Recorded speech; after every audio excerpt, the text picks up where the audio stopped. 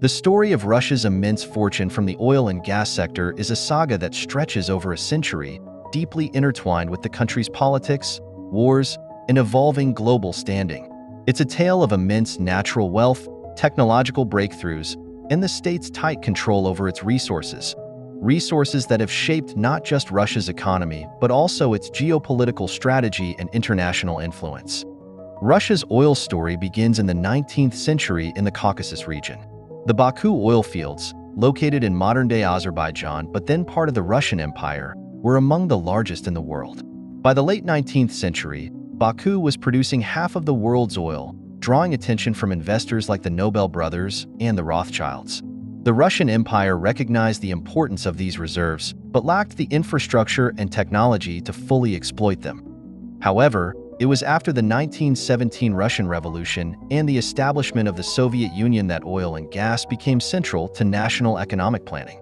Under Stalin's five-year plans, oil production ramped up in regions like the Volga-Ural Basin, and exploration expanded into Siberia. By the mid-20th century, the USSR became one of the world's leading oil producers, exporting energy across the Eastern Bloc and Europe. The Soviet state tightly controlled this wealth, using it to finance industrialization and fund socialist projects at home and abroad.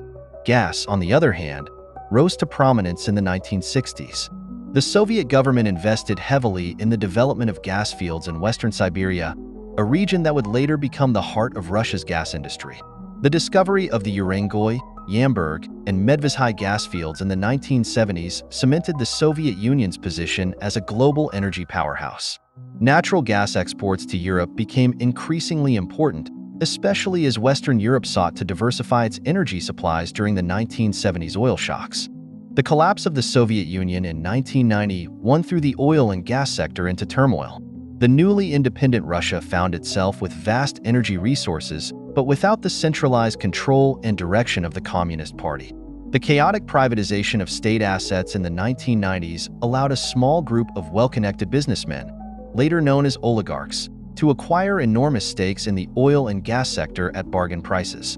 Companies like Yukos, Sibneft, and Lukoil emerged as major players in the Russian energy market. These oligarchs, often wielding as much political power as economic influence, quickly amassed vast personal fortunes. Among them, Mikhail Khodorkovsky, the head of Yukos, became the richest man in Russia by the early 2000s. The industry became characterized by corruption, with fortunes made and lost through shady deals and political alliances. During this time, Western oil companies also sought to enter Russia's energy sector, bringing in technology and capital to develop new fields. Major partnerships, such as the Sakhalin projects in the Far East, saw ExxonMobil, Shell, and BP investing billions into Russia's oil and gas. However, this period was also marked by political instability, legal uncertainty, and fluctuating production levels, as the state struggled to regulate its vast resources. When Vladimir Putin came to power in 1999, one of his first priorities was to reassert state control over the oil and gas sector, seeing it as vital to Russia's national interests. Under Putin, the Kremlin moved decisively to bring the energy industry back under state control. In 2003, the government orchestrated the arrest of Khodorkovsky, stripping him of Yukos and redistributing its assets to state-owned companies like Rosneft. Gazprom, Russia's state-controlled gas giant, expanded its influence over the gas industry and became a tool of Russia's foreign policy. The 2000s saw Russia emerge as an energy superpower. High oil prices, driven by rising global demand and geopolitical tensions, flooded Russia's coffers with revenue. Putin used this wealth to stabilize the economy, pay off foreign debt, and rebuild Russia's military. The country's energy exports, particularly natural gas to Europe, became a strategic lever. Europe, dependent on Russian gas, found itself in a vulnerable position, while Russia used energy as a tool of diplomacy and sometimes coercion. A key part of Russia's energy dominance has been its vast network of pipelines, which stretch across Europe and Asia. The Druzhba pipeline, one of the world's longest, connects Russian oil fields to Europe. Meanwhile, the Yamal Europe and Nord Stream pipelines have made Russia the largest supplier of natural gas to Europe. These pipelines have been as much political tools as economic ones, with Russia occasionally cutting off supplies during disputes with transit countries like Ukraine.